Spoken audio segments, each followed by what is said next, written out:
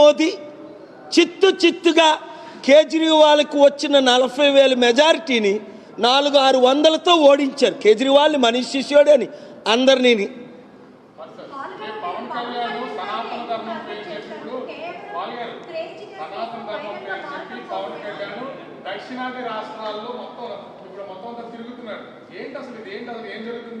పవన్ కళ్యాణ్ మొదటి దానికి మొగుడు లేడు, కడదానికి కళ్యాణం అన్నారట. ఈ రాష్ట్రంలోనే పుట్టిన భీమవరంలోనే పవన్ కళ్యాణ్ గెలలేకపోయాడు. పుట్టిన సొంతూరు పాలకొల్లులోనే చిరంజీవి గెలలేకపోయాడు 2009లో. మొదటి దానికి మొగుడు లేనాడు. బీజేపీకి ఎవడు దొరక్క ఈ ప్యాకేజ్ స్టార్ ఫ్యామిలీ దొరికారు కనుక వీళ్ళు వాడుకుంటున్నారే తప్ప బీజేపీకి ఎంత ఓట్ బ్యాంక్ ఉంది 2018లో? 0.8%. అంటే 100కు 1 లేడు. నాకు పడిన 5 లక్షల ఓట్లు ఇక్కడ ఎంపీగా భరత్కి ఈవీఎం ప్రోగ్రామ్ చేసి పెట్టిన సంగతి భరత్ క్యాంపెయిన్ మేనేజరే చెప్పాడు 10 మంది ఉంటుండగా. ఇది ఈవీఎం ఎలక్షన్స్.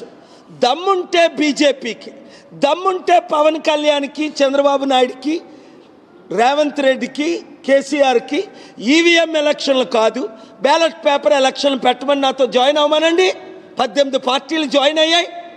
దమ్ముంటే నేను ఒకటే మాట చెప్తున్నా, లెక్కించిన ఓట్లు వేసిన రోజునే ఓట్లు లెక్కించమనండి. ఎలక్షన్ కమిషన్ మోదీ తొత్తు, ఆ రాజీవ్ కుమార్ మోదీ తొత్తు. ఇది ఆడి మక్కం మీదే నేను చెప్పాను అంటున్నారా? మళ్ళీ నన్ను కలగకుండా దాక్కుంటున్నాడు ఇప్పుడు chief election commissioner Rajiv Kumar. కనుక నేను దేశాన్ని కాపాడుతున్నాను. పవన్ కళ్యాణ్ నా శత్రువు కాదు. చిరంజీవి, పవన్ కళ్యాణ్, నాగబాబుకి చిత్తశుద్ధి 1% ఉంటే ఇప్పుడున్న రాజకీయ పార్టీలకి ప్యాకేజ్ స్టార్లుగా మేము అమ్ముడుపోయాం. కాంగ్రెస్కి అమ్ముడుపోయాం. ప్రజారాజ్యాన్ని విలీనం చేసాను, తప్పు అయిపోయింది. ఇప్పుడు ప్రజారాజ్యమే జనసేనగా వచ్చిందని నేను చెప్తున్నాను. జనసేన పార్టీని క్లోజ్ చేస్తున్నాం. నీతి నిజాయితీ ఉన్న డాక్టర్ కేఏ పాల్ని, ప్రజాశాంతి పార్టీని గెలిపించండి అనమనండి. వాళ్ళకి ఏం కావాలో అది నేను చేస్తాను 6 నెలల్లో. ఇప్పుడు నేను చేయలేను.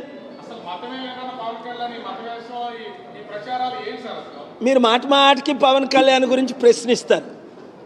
ఆయనకేమో పిచ్చి వచ్చేసి తిరుగుతున్నాడు. నిన్న క్యాబినెట్ మీటింగ్కి అటెండ్ అవ్వలేదు.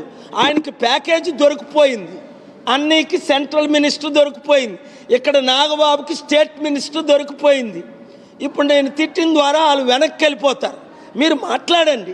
ఏ మాట్లాడాలి? మెగా కృష్ణారెడ్డికి చంద్రబాబు నాయుడు 10,000 కోట్లు డీల్ ఎందుకు ఇచ్చాడు?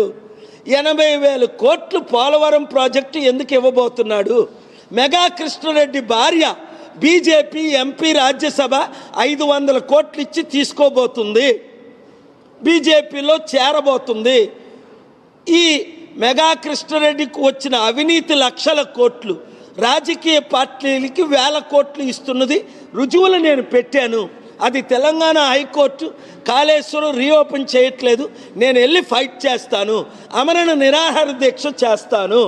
న్యాయం జరిగినంత వరకు ఈ రాజకీయ నాయకుల నుండి, ఈ అదానీ మెగా కృష్ణారెడ్డి నుండి తెలుగు ప్రజలకు, దేశ ప్రజలకు న్యాయం జరిగినంత వరకు ఫైట్ చేస్తాను. ఈ ప్యాకేజ్ స్టార్ల నుంచి అందరూ బహిష్కరించండి. కాపులారా, బీసీలారా, ఎస్సీలారా, తెలుగు జాతి, చిరంజీవి, పవన్ కళ్యాణ్ కుటుంబ మాటలు ఇంకా నమ్మినోడు మెంటలోడు తప్ప ఎవడు నమ్మడు. బుద్ధున్నోడు తప్ప ఎవరు వాళ్ళకి హ్యాష్ట్యాగ్ పెట్టు. నేను పిఠాపురం తాలూకా అనుకుని సిగ్గులేనోడే పెట్టుకుంటాడు. నేను చిరంజీవి తాలూకా.